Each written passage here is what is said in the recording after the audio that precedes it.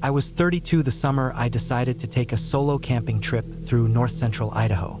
I'd been living in Spokane for a few years, working a remote job in GIS mapping, and I'd gotten sick of staring at screens. I used to camp a lot in my 20s but hadn't been out much the past couple years.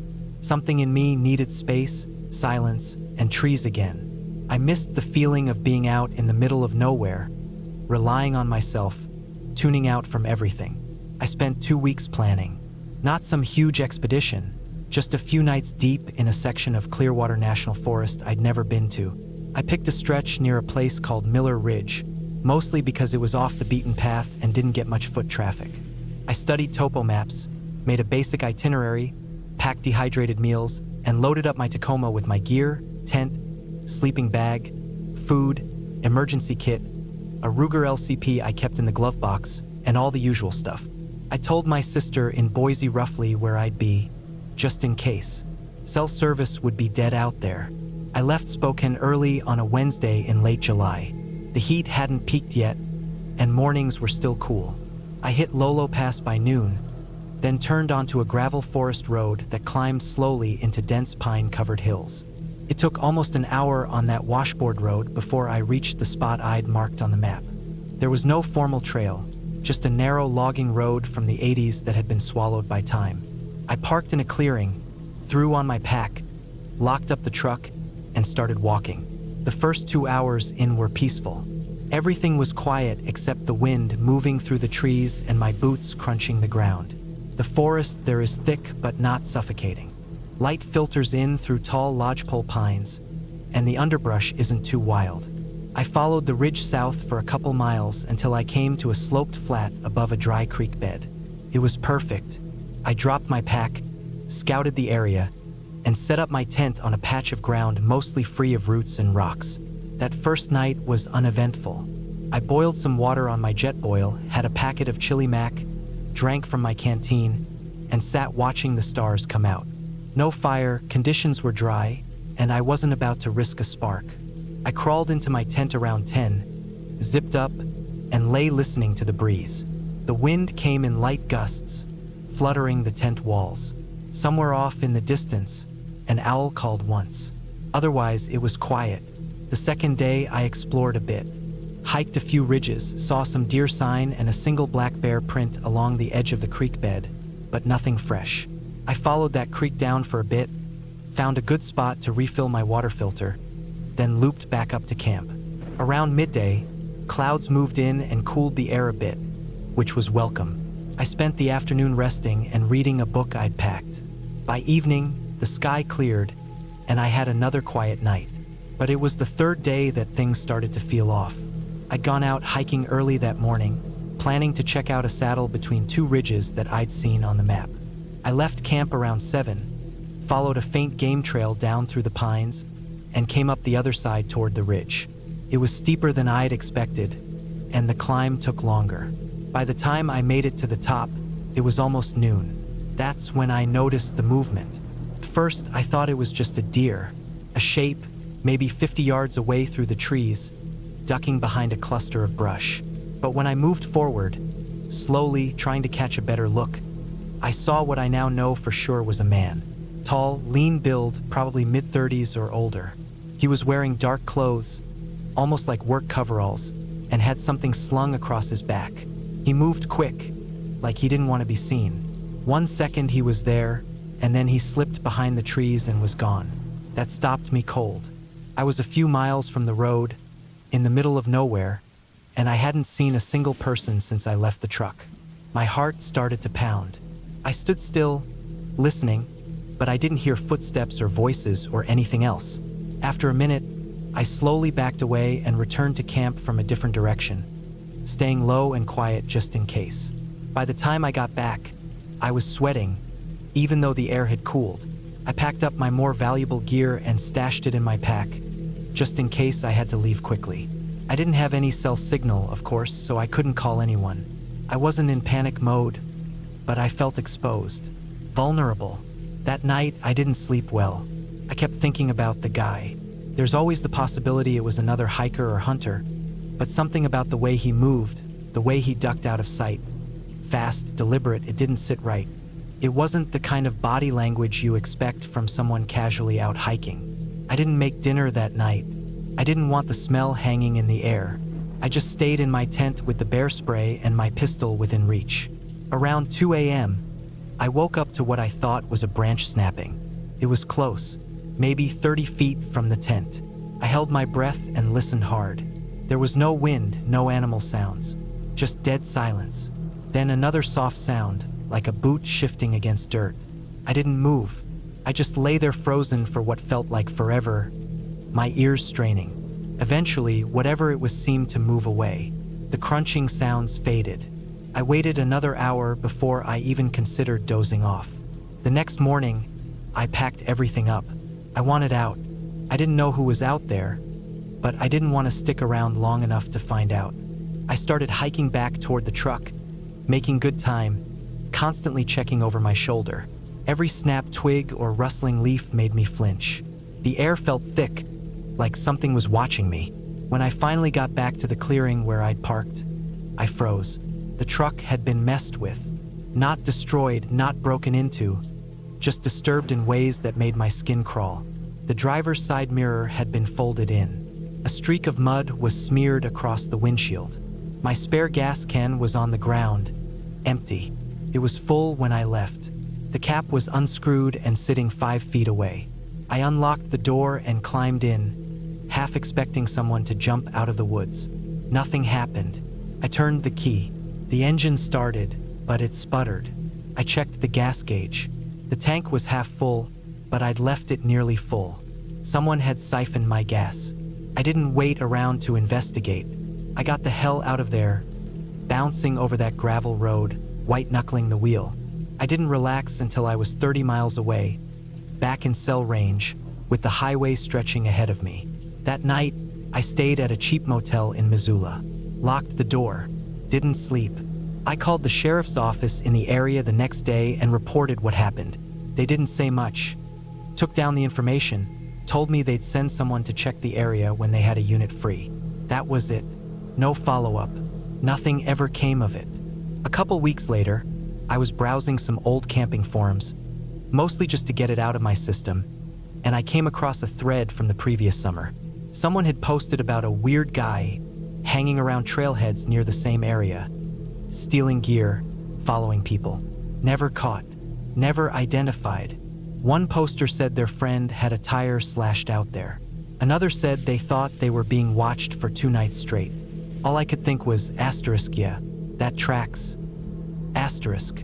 I haven't camped alone since then. I still go out sometimes, mostly with friends, usually to spots that are more trafficked.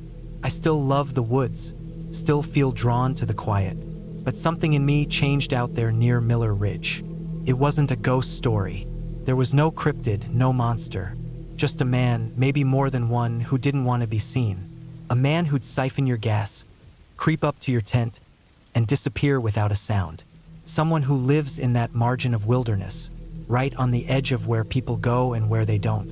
And the thing that stuck with me the most wasn't the fear or even the danger, it was the silence.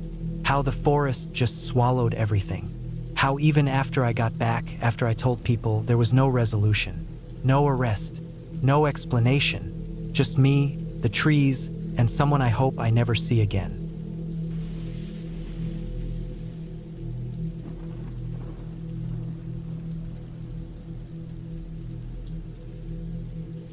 My name's Dylan, and this happened in 2017 when I was 26 years old.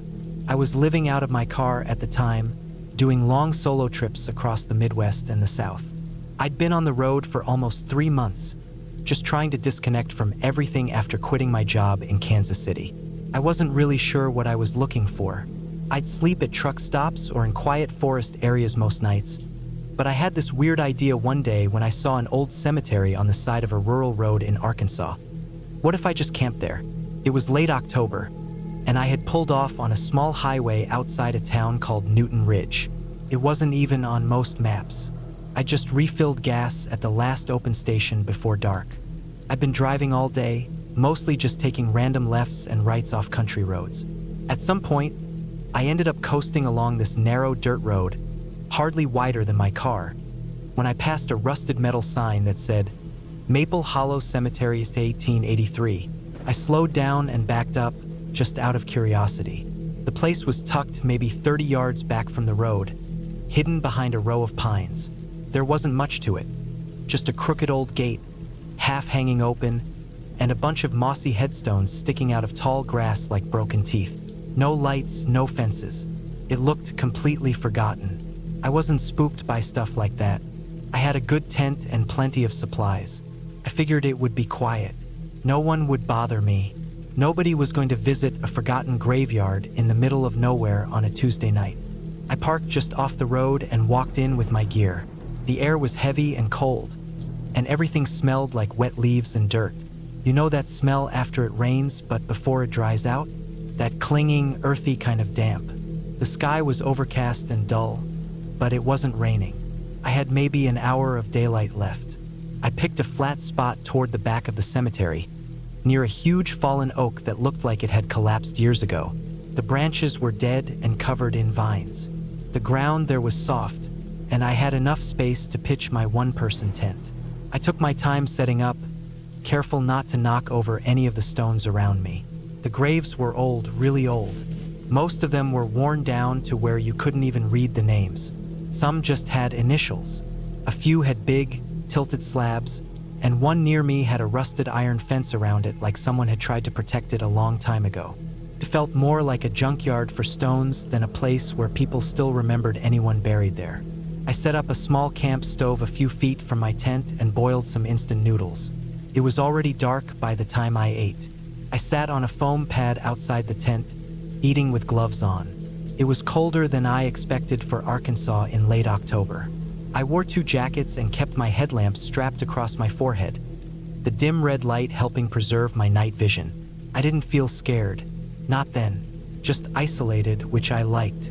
When I finished eating, I packed everything away. I didn't want to leave food out. I wasn't worried about people, but animals were a different thing. I zipped up the tent and got into my sleeping bag, scrolling a bit on my phone while the signal lasted. It was weak, barely 1 bar. Then I put it on airplane mode to save battery and tried to sleep. I think I drifted off around 10 p.m. The wind had picked up by then, and I could hear the trees groaning. I woke up the first time around midnight to a sound that I couldn't place. It wasn't the wind. It wasn't an animal either. It sounded like metal dragging against stone. I stayed still, listening. The sound came again, closer this time, like something scraping. Not a big noise, but sharp. Not steady either, more like a few seconds of noise, then silence. I sat up inside the tent, holding my breath. I thought maybe something fell. Maybe a tree branch scraped against a headstone, or something old shifted and settled. But the sound came again, slow and deliberate. A scrape, a pause, then another scrape. I turned off airplane mode and tried to load the flashlight on my phone. No signal at all now, just a blank bar. I didn't unzip the tent. I just waited, holding my breath and listening. It was dead silent after that. Whatever it was, it stopped. I laid back down, thinking maybe I imagined it. The wind had picked up again. Maybe it really was just a branch. I closed my eyes and tried to sleep, but I couldn't.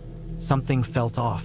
The air inside the tent felt heavy and still, like the cold had settled deeper. I didn't hear any more noises, but I didn't relax either. I just laid there, awake and alert. Around 2 a.m., I heard another noise. This one was softer, like footsteps in grass. I wasn't imagining it. They were slow, not the light scurry of a raccoon or a deer running off. These were steady, careful steps. I could hear them crushing the long grass just outside my tent. I froze. The steps moved around the tent, not toward it, just around. Then they stopped. I didn't move. I didn't make a sound. I was fully awake now, heart pounding. I didn't have a weapon, just a pocket knife in my pack outside the tent. I regretted leaving my heavier flashlight out there too. Then the footsteps started again, slow and deliberate, moving away this time, toward the older graves, and then silence. I waited a long time, at least 20 minutes, not moving. Then I slowly unzipped the tent, just the top flap, enough to peek out. I didn't turn on any light. Everything was dark. I couldn't see anyone, but the grass was still swaying near the fence, even though the wind had stopped. I stayed there, peering out, shivering. Nothing moved for the longest time. I don't know why I didn't pack up and leave right then. I think I convinced myself it was a drifter, someone passing through, same as me. Maybe they didn't even notice me. Maybe they thought I wasn't there. I didn't want to panic and run into the woods, so I stayed. Somehow I fell asleep again. My body must have just given out from exhaustion. When I woke up, it was morning, cold and gray, but the sun was finally pushing light through the clouds. The cemetery looked different, less menacing in daylight, but something was wrong. Near the fenced grave about 15 feet from my tent, the dirt was disturbed. It looked like someone had been digging. I walked over slowly. The ground was soft, like it had been turned recently. There were fresh drag marks too, like something had been pulled across the ground, away from the grave and toward the woods behind the cemetery. I followed them. They led maybe 50 yards past the tree line to a spot where the brush had been trampled. There were 2 deep impressions in the dirt, side by side, like knees or hands had pressed down. More drag marks. Then I saw the tarp. It was brown, camouflaged, half buried under leaves. I pulled it back slowly, heart racing. Underneath was a hole, not deep but wide, like someone had started digging but hadn't finished. There were broken branches, pieces of wood, and bones. Animal bones, I hoped. I really hoped. There were clothes too, torn jeans, a flannel shirt, an old boot, and next to it all, a small shovel with dried dirt on the blade. That's when I started to realize what I'd stumbled into. Someone had been living there. Someone had been using the graveyard for something, and they were probably still nearby. I backed away slowly, never turning my back to the trees. I moved quickly but carefully, packed everything in less than 2 minutes, and jogged back to the car. I didn't stop to take down the tent properly. I just stuffed it all into the trunk and left the stove behind. I didn't see anyone on the way out, but I felt eyes on me the entire drive back to the highway. Once I had signal again, I called the Newton Ridge Sheriff's Office. I gave them the location, what I'd seen, and told them everything. They didn't sound surprised. The dispatcher just said she'd send a deputy out. That was it. I didn't go back. I didn't want to know what they found. For weeks after that, I kept expecting to hear something on the news, but I never did. I looked up missing persons in the area. I even checked old crime reports from that county. Nothing matched. Sometimes I wonder if the person who was out there even cared that I saw what I saw. Maybe I didn't matter. Maybe I was just another passerby, someone who didn't stay long enough to get involved. I haven't camped in a cemetery since. That one night in Maple Hollow was enough. Now, whenever I find myself driving through back roads or looking for a quiet place to sleep, I stick to places where I can see the sky, where there's wind and traffic and maybe a little noise. Places where no one tries to disappear. Because in places like that old graveyard, people aren't just buried. Sometimes they hide, and sometimes they wait.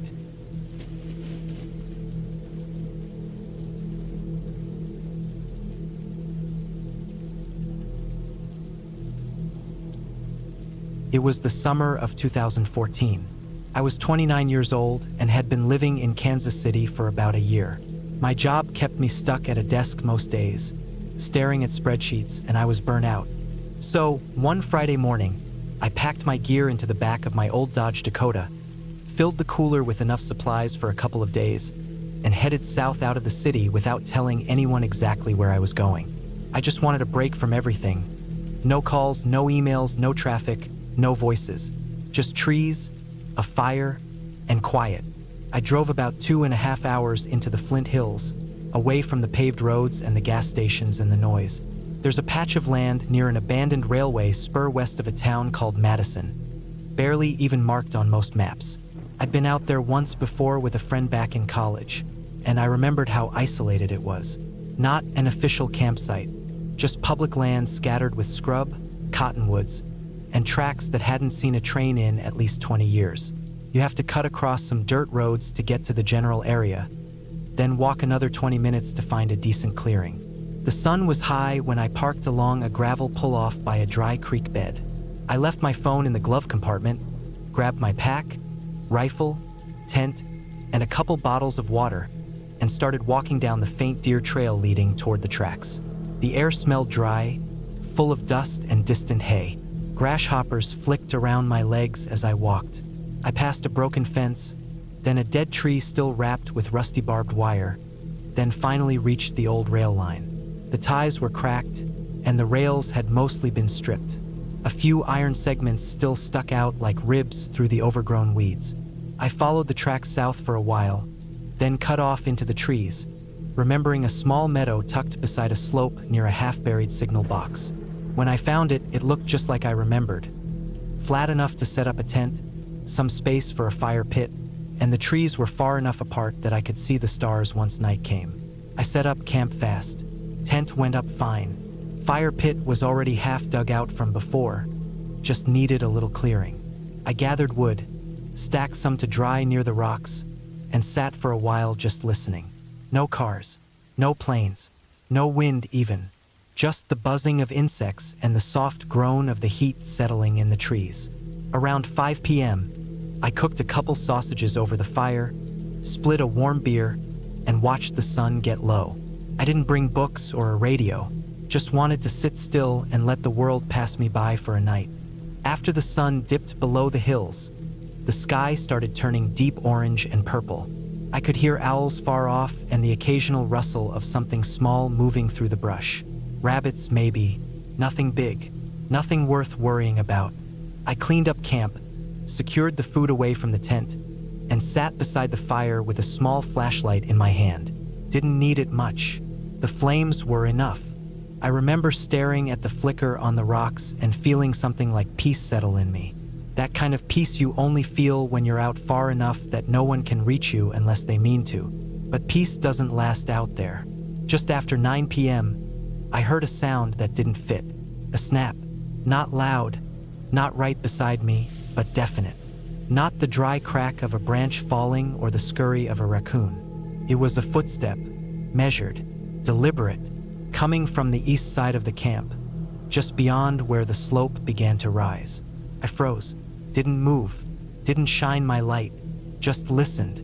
10 seconds passed. 20. I heard another step. I reached slowly for the rifle. It was leaning against the log to my right, already loaded but not chambered. I didn't point it anywhere, just kept it in my lap and waited. Could have been a deer, or maybe even a hiker passing through, although that would be strange. This wasn't a trail. This wasn't even close to a trail. You had to know this place to find it. After a minute of stillness, I shone the light toward the slope. Nothing, just brush and shadows. No eyes shining back, no movement. I stayed like that for another 10 minutes, then put more wood on the fire to keep it going bright and stayed up. The peace I'd felt earlier was gone. My heart wasn't racing, not yet, but there was a weight in my chest that hadn't been there before. Around 10:30, I heard it again. This time on the other side, west, down by where the trees started thickening. Another step, then nothing, then 2 quick crunches like someone shifting their feet. I stood up with the rifle light pointed, scanning back and forth. The brush swayed a little, but there wasn't any wind. Still no eyes, still no animal sounds.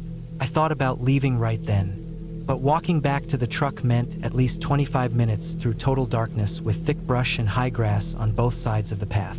If someone was out there, they could easily follow, or cut me off.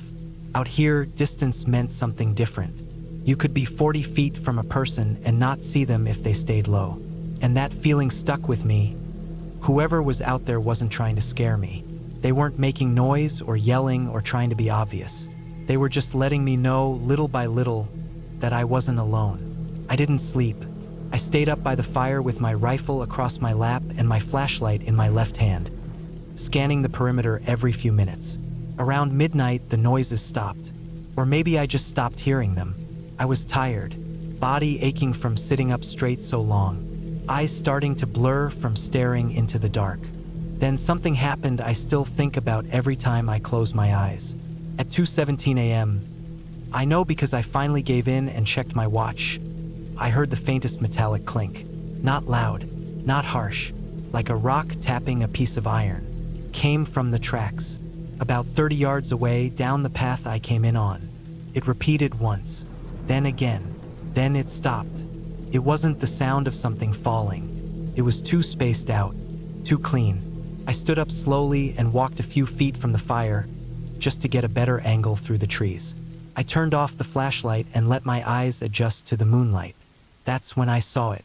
Not a figure, not a person, but movement. Someone had stacked rocks, just 4 of them, into a tiny pyramid right on the edge of one of the remaining rail segments. That hadn't been there earlier. I was sure of it. I would have stepped over it when I arrived. And now it was there, placed neatly like a marker. A message, or worse, bait. I backed away slowly, keeping the fire behind me and the rifle up. Still no sounds, no talking, no running. Whoever had done it was gone now, or hiding. I didn't go to sleep after that. I waited until the first hint of gray showed in the sky, then packed everything in under 5 minutes. Didn't even roll the tent properly, just stuffed it into the pack and strapped it shut. I didn't eat, didn't drink, just started walking, keeping the rifle in one hand and the flashlight in the other. I didn't take the same path back to the truck. Instead, I looped wide, sticking to the edges of the tree-line, moving fast but trying not to make too much noise. I expected to see someone standing at the rail bed or watching from behind a tree, but I didn't. Just morning silence and that low, distant hum of a breeze starting to return. When I finally reached the truck, I unlocked it with shaking hands and threw everything in the back without organizing it. My boots were covered in dew and seeds and burrs. I slammed the door, locked it again, and peeled out down the gravel, nearly fishtailing on the curve. I didn't stop driving until I was an hour out. I pulled into a gas station, got coffee, and sat in the lot for a long time with the engine running and the doors locked. I watched the sun rise all the way over the hills and felt a pain behind my eyes that hadn't been there the day before. Nothing ever came of it. I didn't report anything. I didn't tell anyone. I didn't lose anything. But that trip changed how I feel about being alone in the woods. I've gone camping since, but always at public campsites, always within cell range, and never alone. What stuck with me the most wasn't the noise or the rocks or even the idea that someone was watching. It was that calmness, that total, deliberate quiet, like whoever was out there had done it before, like they knew just how to stay out of sight, how to make themselves felt without ever showing themselves. It's been years since that night. I don't have nightmares about it, but I think about it more than I should, about how far out I was, how no one would have found me for days if something had happened, and how sometimes the scariest part isn't what's out there in the dark, but what's willing to wait quietly just long enough to make you doubt your own safety. I never went back to that spot. I never even tried to find it on a map again. But sometimes, when I hear metal click or stones tumble together, I get that feeling again, that someone is watching and they want me to know it, just not all at once, just slowly, quietly, like they've got all night.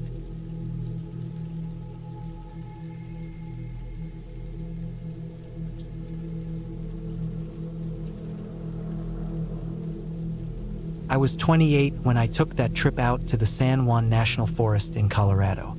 It was late September 2012, just before the colder air really settled in, and most tourists had already cleared out. I'd been working construction nonstop for nearly 10 months, taking side jobs on weekends, and saving every bit I could. I didn't have many people to talk to, no girlfriend at the time, and no real plans besides getting out of the city for a while and shutting out the world. I packed my old truck with a few essentials: tent, cold weather sleeping bag, a small propane stove, my old Winchester rifle just in case, canned food, jerky, trail mix, a couple gallons of water, my headlamp, batteries, a map of the area, and some clothes layered for the coming cold. I didn't care about bringing fancy gear or electronics. I wanted quiet. I wanted isolation. I drove west out of Denver and spent the first night in a roadside pull-off near Pagosa Springs. Next morning, I filled up my tank, bought a few more supplies, and made my way deep into the national forest. I was headed toward an old logging road I'd seen years before during a weekend hike, one that most campers and hunters seemed to avoid because of how rough and narrow it was. That was exactly what I was looking for. After 2 hours of crawling through ruts and scraping the undercarriage on buried rocks, I found a flat spot near a shallow creek, surrounded by tall pines and thick brush. It was about a half-mile off the main logging road, down a barely visible game trail that looked like it hadn't been used much in years. It felt right. Quiet, shaded, and so still I could hear my own heartbeat when I turned off the truck. I parked, pulled my gear out, set up the tent, and gathered enough wood for a fire. It was cold but not bitter, and the air had that dry bite that hits the back of your throat. The first day passed peacefully. I made a fire, ate some beans and jerky, sipped a bit of whiskey I brought, and listened to the wind shift through the trees. The sound of moving pine needles, the occasional snapping of a twig from a deer or something moving in the distance. It was the kind of solitude I craved. I stayed 3 days without anything out of the ordinary. I hiked during the day, read a little, kept to myself, and didn't even check my phone. I had it turned off the entire time.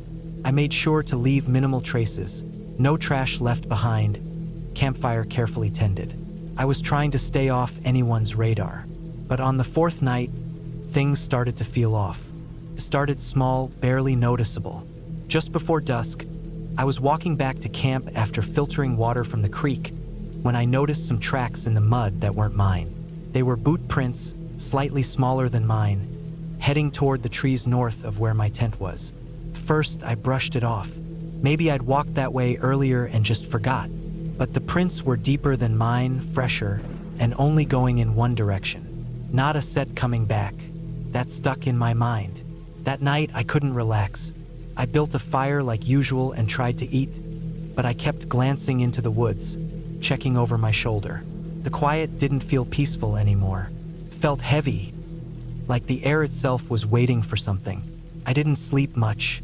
I lay in my bag, rifle next to me, listening. Around 2 or 3 a.m., I heard soft crunching outside the tent. Not like an animal moving through, too slow, too measured. Just a few steps, then stillness. Then a minute or two later, a few more. I didn't move. I didn't unzip the tent. I just lay there, every muscle tensed, trying to slow my breathing. I don't know how long it went on. Could have been 5 minutes or 30. But eventually, the sounds stopped, and I didn't hear them again. Next morning, I found nothing obvious. No new tracks, no signs of anyone messing with my gear.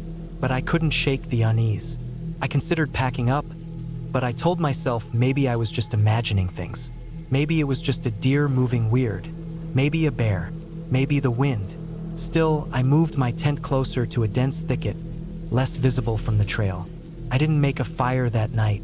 Ate cold food, sat quiet, trying to convince myself it was just in my head. That night, though, I heard something again. Only this time, it was clearer. A branch snapping. Slow footsteps, heavier than a deer, deliberate. Then, nothing. When I woke up, my water jug was gone. Not tipped over or half spilled, gone. I found the cap a few feet away from where I'd left it. That was when the fear really started to set in. I knew no animal had taken that. I kept all my gear tightly packed. The jug had been behind my tent, wedged between 2 rocks to keep it upright. It hadn't rolled. Someone had taken it. I grabbed my rifle and went in a wide circle around the camp. No one, no signs, but the brush was thick, and anyone could have been watching. I kept quiet all day and didn't move much. By nightfall, I'd made the decision to leave the next morning. I didn't want to panic, but something wasn't right. Just after sunset, while I was packing some gear back into the truck, I heard movement again, closer this time. Then a metallic sound, faint, like something brushing against the tailgate of the truck. I froze, holding my breath. I waited, listening. Then another sound, soft footsteps moving off to the right, into the thicker trees. I waited a long time before creeping over with the flashlight. There, on the side of the truck bed, were fresh scratches, small but noticeable, like someone had rubbed something metal against it. I backed away, turned off the light, and got into the tent. I barely slept. The first light, I packed everything as quickly as I could. No breakfast, no cleanup, just got everything shoved into the truck. As I was closing up the tailgate, I looked over toward the creek and saw something that made my stomach drop. There was a figure standing on the far side, barely visible between the trees, wearing dark clothes, arms hanging low, just standing there, not moving, watching. I didn't hesitate. I jumped in the truck and started it up. I didn't look back as I drove through the brush, scraping the sides, bouncing over rocks. I hit the main logging road and didn't stop until I reached pavement 2 hours later. I kept driving until I hit the outskirts of Durango. I booked a cheap motel and stayed inside with the curtains shut, rifle at arm's reach. I didn't tell anyone. I didn't call the cops. I didn't know what I'd say. Over the next few days, I tried to forget it. I told myself maybe it was a hunter or another camper, maybe even some off-grid type who didn't like people nearby. But deep down, I knew it was more than that. The prints, the footsteps, the missing water, the scratches, the figure. None of that was accidental. Someone had been watching me, not from a distance either. They'd been close enough to sneak around my camp at night, close enough to take things without being heard, close enough to stand and watch me leave. I never went back to that part of Colorado again. I started camping closer to designated sites, places with other people nearby. I still enjoy the outdoors, but that feeling of being hunted, of being watched silently in the dark, that never really leaves. I started locking my truck at night, even in remote areas. I sleep with one ear open, always listening. And every so often, when I'm alone in the woods and the fire burns low, I remember that still figure near the creek, just standing there, waiting. I got out of there, but something tells me whoever that was, he stayed. He probably watches that trail still, maybe waiting for the next person who thinks they've found a perfect quiet spot. Maybe waiting for someone who won't get out as lucky as I did.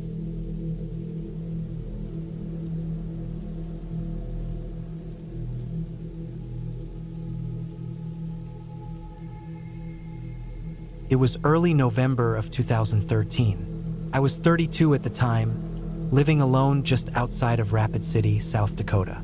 I worked in construction, mostly roofing and framing, and whenever the weather allowed it, I tried to get away into the woods. I've been hunting since I was a teenager, mostly deer, sometimes birds, and every now and then I just go out to camp and hike without even bringing a rifle. That year, I had a few days off between projects, so I planned a solo trip up to the Black Hills National Forest. I'd been there plenty of times, but this time I wanted to push deeper into an area I hadn't been before. Northwest of Hill City, way past where most people go, off any designated camping zones. I wasn't looking for trophy bucks or anything like that. I just wanted quiet, solitude, and the kind of hunting that took real patience. There was a spot near an old fire road that I found on a topographical map, mostly ridges and valleys with some flat pine groves. It seemed perfect.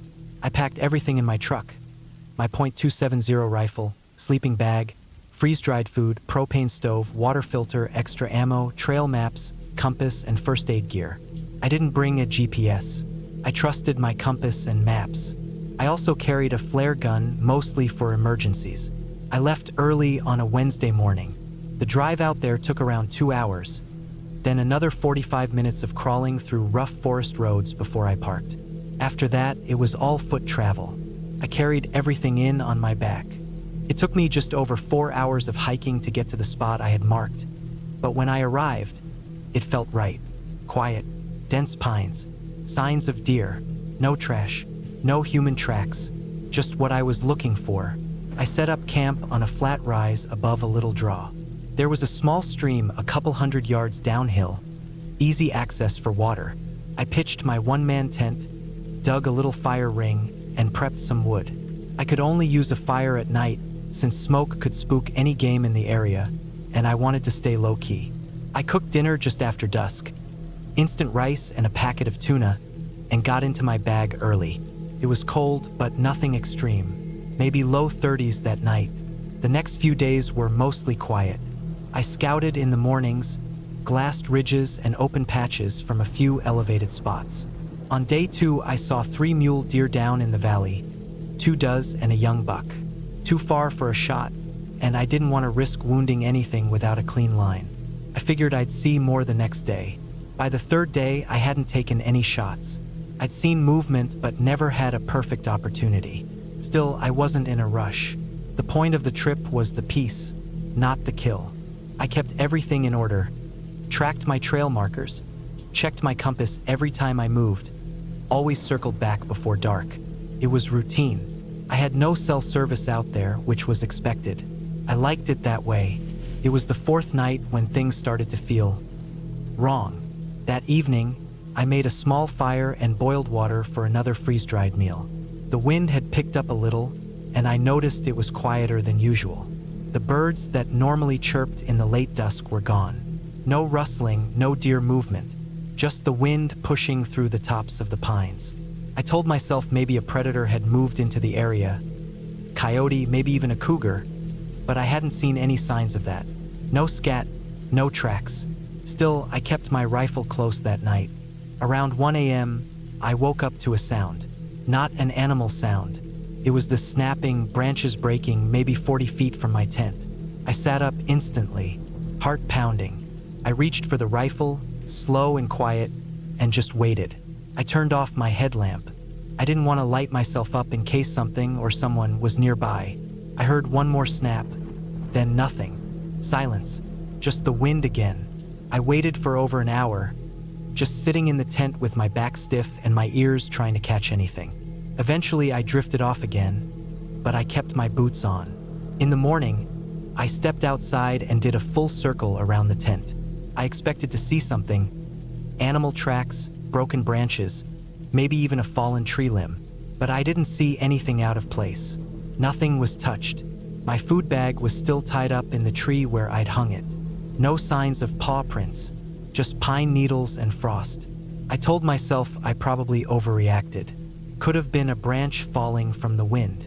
Still, something was eating at me. I hunted a little that day, but my focus wasn't there. I kept looking over my shoulder, listening for footsteps that never came. The air just felt heavier. I marked some blood on the ground mid-morning, maybe from a rabbit or something small, but it looked fresh and was smeared, like it had been dragged. I crouched down over it for a while, trying to make sense of it. It led into the trees but faded off after about 30 feet. I didn't follow it far. My gut told me not to. That night, I almost packed up. I'd had a few successful days of quiet. I hadn't shot anything, but I had enough experience to know when it's time to go. Still, stubbornness kept me there. I told myself I'd do one more night, break camp in the morning, and hike out. The wind had died down, and I figured whatever spooked the woods had moved on. I made a fire early and turned in just after dark, planning to leave before sunrise. Sometime around midnight, I woke up again. This time not from a sound, but from a feeling. I couldn't explain it. Just this wave of panic, like someone had thrown cold water on my chest. My tent was zipped shut. No wind, no noises, but I was wide awake. I reached for the rifle again and just sat there, barely breathing. Then I heard it. Slow footsteps, not animal footsteps, not quick or skittish, just a steady, careful pace. One footfall, then a pause, then another, coming from the direction of the stream. They stopped about 20 feet away. I didn't move, couldn't. I don't think I even blinked. I just sat there in the dark, counting heartbeats. Whoever or whatever it was stayed still for what felt like forever. Then I heard the footsteps again, walking away. I waited another hour before I moved. I didn't open the tent. I didn't turn on a light. I just stayed perfectly still until the sky began to lighten. When I stepped outside that morning, I found the prints. Boot prints, not mine. They came up from the stream bed and circled my tent. Close, maybe 6 or 7 feet away at the nearest point. The tracks were shallow but clear. Someone had been there. They weren't dragging anything, weren't running. Just walking, slow and steady. They didn't lead anywhere obvious. Just into the woods, then disappeared over the rise. That was enough for me. I packed up fast. I didn't eat breakfast, didn't filter more water. I stuffed everything into my pack and started hiking out before the sun even cleared the trees. I kept my rifle slung but ready. I didn't stop to rest. Took me 5 hours to get back to the truck. Longer than it should have. I kept looking back, cutting off trail to avoid choke points, circling around ridges just to stay out of clearings. The entire hike, I never saw another human. No sounds, no animals, just wind again. When I finally got to the truck, I tossed my gear in without organizing anything and got the hell out of there. I drove until I hit the main road, then pulled over and just sat for a while. I didn't even start thinking clearly until I got home that evening. I didn't tell anyone about it at first. Who was I going to tell? There was no crime, no confrontation, just the kind of encounter that leaves your instincts screaming, even if your brain can't explain why. A few weeks later, I mentioned it to an old coworker who'd done search and rescue. He told me that area wasn't popular for hunters, but they'd occasionally found old camps way out there. Not illegal stuff, just off-grid types. Loners. Folks who didn't want to be found. That's all he said. I haven't been back to that part of the forest since. I still hunt. I still camp alone. But now I stay closer to known trails, known grounds. I use GPS alongside my compass. I leave notes about where I'm going. And I always leave when my gut tells me to, because I still think about those footsteps. The way they stopped just outside my tent. How they didn't run, didn't speak, didn't try anything. They just watched. And to this day, I don't know which would have been worse, that it was a stranger out there in the woods, or that it wasn't.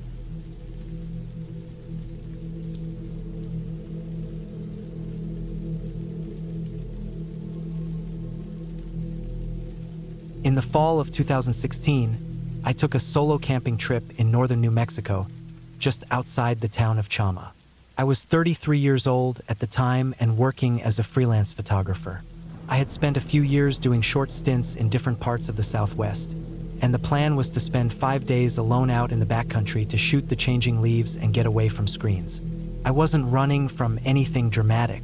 I just liked being alone sometimes. I grew up in Wyoming, so the cold didn't bother me much, and I had plenty of backwoods experience. I had been in bear country before. I was always cautious, and I didn't do dumb stuff. I chose a spot near the Brazos Cliffs, about 6 miles off the trail. The road into the area was already rough gravel and washed out in places, so I left my truck at a marked turnout and carried my gear the rest of the way by foot. I had a 70-liter pack with a small tent, food for 5 days, water, purification tablets, my camera gear, a .357 revolver I usually took for bears, and a bunch of layered clothes for the cold. I had planned the hike in with an old USGS map and GPS. I kept both on me at all times. I also had a small spot beacon in case of emergency. I didn't expect to use it. The first 2 days were perfect. I found a small flat area surrounded by tall fir trees not far from a stream. The stream curved between 2 hills and had a shallow drop, so the running water helped mask little sounds from the woods. That always made me sleep better. I set up my tent on the second day after hiking further uphill to scout locations. I had about 3 good vantage points marked for morning and evening shots. My feet were sore, but it was the good kind of sore. The kind that reminds you you're doing something real. I fell asleep early that night with the sound of the water running and no light around me but stars. It was the 3rd night when things started to feel strange. Around 2 a.m., I woke up needing to pee. It had dropped below freezing, and the tent's walls were stiff with frost. I got out with my headlamp on low and walked a short distance behind a thick pine.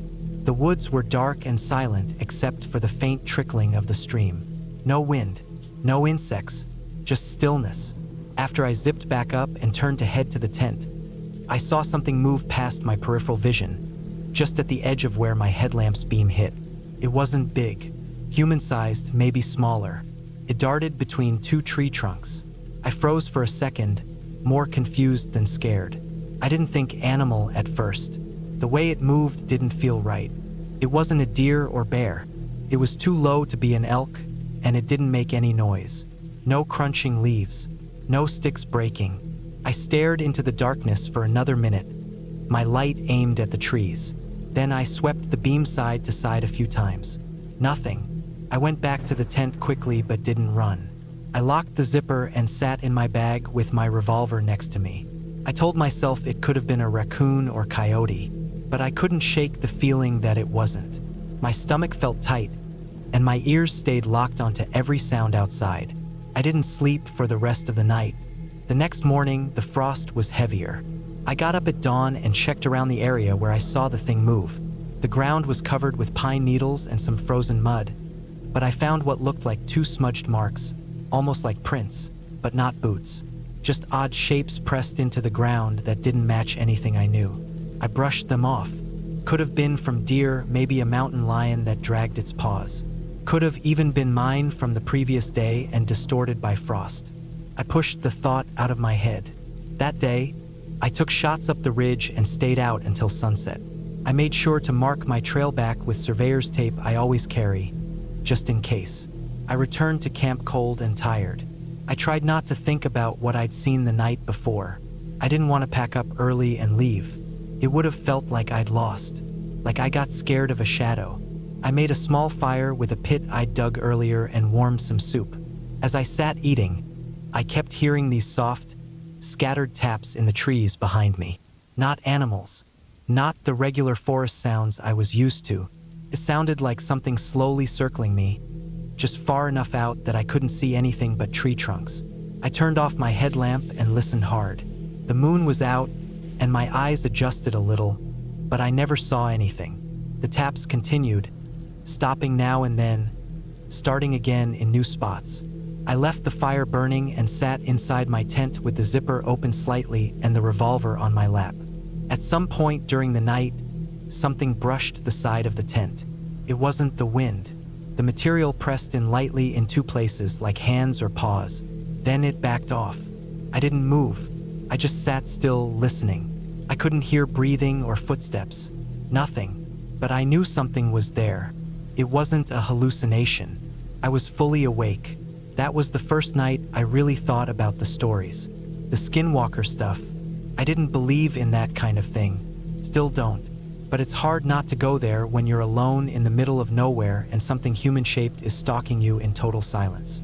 I stayed up all night again, eyes fixed on the tent wall and ears locked on every tiny sound. In the early morning light, I stepped out, revolver drawn, and walked the perimeter of camp.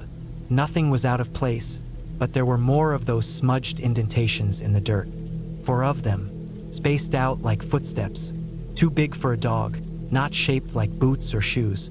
They looked more like misshapen bare feet. I packed everything up fast. I started the hike back around 8 a.m. The air was sharp, and frost clung to the low brush as I pushed downhill toward where I'd left my truck. I kept scanning behind me every few minutes. I couldn't explain it, but I felt like I was being followed. At one point, about halfway down the ridge, I turned and saw something standing still between 2 trees way off, too far to make out clearly, but I saw it for a split second. Then it crouched low and vanished behind a rise. I took off fast but careful. No brakes. I stopped drinking water just so I wouldn't have to stop moving. I made it to my truck around 3 p.m., threw my gear into the back without sorting it, and got out of there. Even as I drove, I kept checking the mirror like whatever it was might be following me all the way to pavement. I didn't stop until I hit Chama. I stayed in a motel that night and sat in the shower for an hour. I kept replaying it in my head over and over, trying to make it into something simple. Coyote, a cougar, something explainable. But it wasn't. Not the way it moved, not the way it watched. A few days later, back in Santa Fe, I reviewed all my camera footage and audio. I'd set up a trail cam the first night aimed toward the stream, mostly to catch wildlife at dawn. The first 2 days were normal.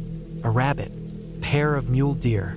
On the third night, though, something tripped the sensor around 2:14 a.m. One frame caught it.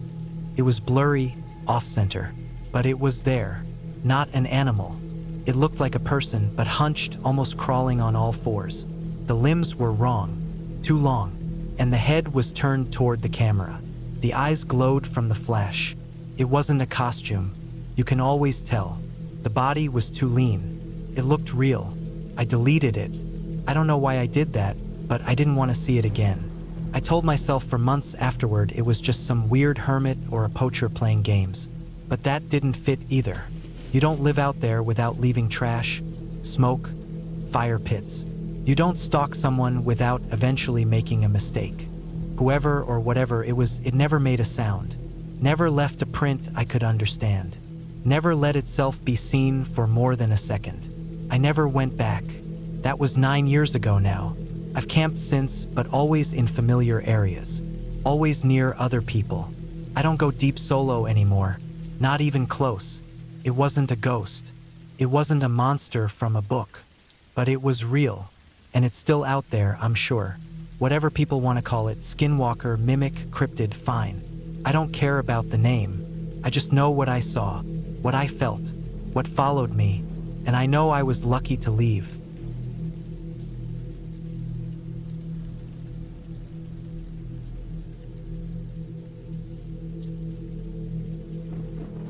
I was 33 when I decided to go on that solo camping trip. It was late October 2019, and the weather was already starting to turn in Washington state. I had been working 6-day weeks at a construction company in Tacoma, and I felt burnt out, restless. I didn't want to wait until winter hit fully and the trails closed or got too risky. I wanted a few days away from the traffic, noise, and concrete. So I packed up my old black Toyota Tacoma, threw in my gear, tent, sleeping bag, food, a small propane stove, extra layers, and headed out to the Olympic National Forest. I didn't have a set destination, just a rough plan to hike a few miles into the woods, find a flat spot near a creek, and be alone. I didn't tell many people, just my cousin, Danny, who I texted that morning. He was used to me doing stuff like this. I told him I'd be back Sunday night, and if I wasn't, to check in on me. I left Tacoma around 10 a.m. and stopped once for gas and a sandwich. The rain had been off and on all day, light and misty, just enough to smear the windshield. By the time I pulled off Highway 101 near a less used forest road, it was about 2:30 in the afternoon. I found a little gravel pull-off and parked under some tall pines, no other cars in sight. I should have paid more attention to the clouds. The trail I picked wasn't really a trail, just a faint game path. I followed it anyway, winding through thick brush, slippery with moisture. My boots got wet quick, and the temperature was dropping. The ground was a mix of soft pine needles and slick mud. I walked for about an hour and a half before settling on a spot maybe 2 miles in. There was a clearing just big enough for a small tent and a slow-moving creek nearby. I was completely alone. I couldn't hear the highway, no planes overhead, just the constant whisper of wind and water. Felt peaceful.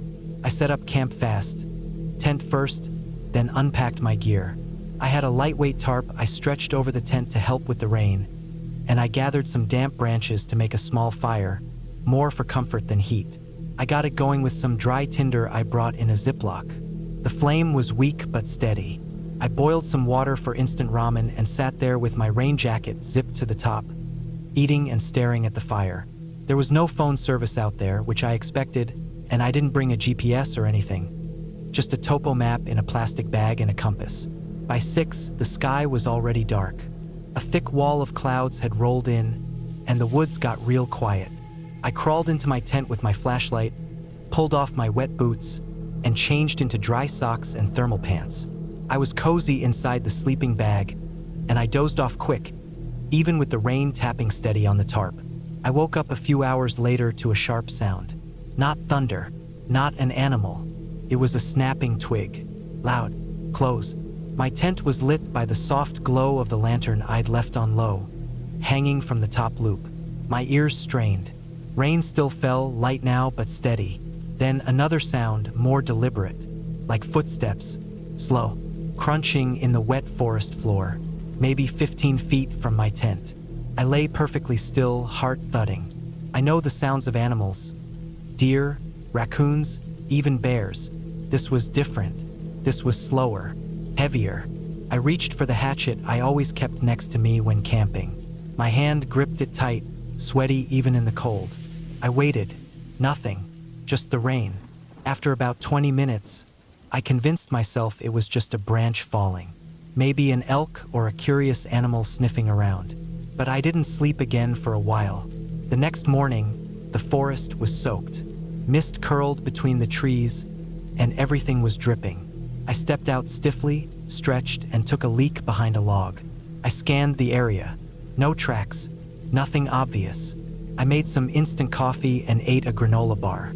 I spent the day hiking around the nearby area, keeping close to camp. I saw some deer scat and a few fresh tracks, but no sign of anyone or anything unusual. Still, I couldn't shake the feeling that I wasn't alone. That night, I made a fire again. The damp wood smoked more than it burned. I sat close, trying to stay warm. The clouds were darker, heavier. Rain was coming again, and it wasn't going to be light. I climbed back into the tent around 8 p.m. and checked everything: zippers, latches, tarp ties. I tucked my backpack inside the vestibule and made sure my boots were upside down and dry. At around midnight, the real storm hit. Rain hammered the tarp above me like fists. Wind shook the trees, and I could hear the creek rising. I laid there wide awake, listening. Then, again, the sound of movement. This time, there was no mistaking it. Footsteps. Slow, deliberate, maybe 10 feet away, right outside my tent. Not circling, just standing. I gripped my hatchet and held my breath.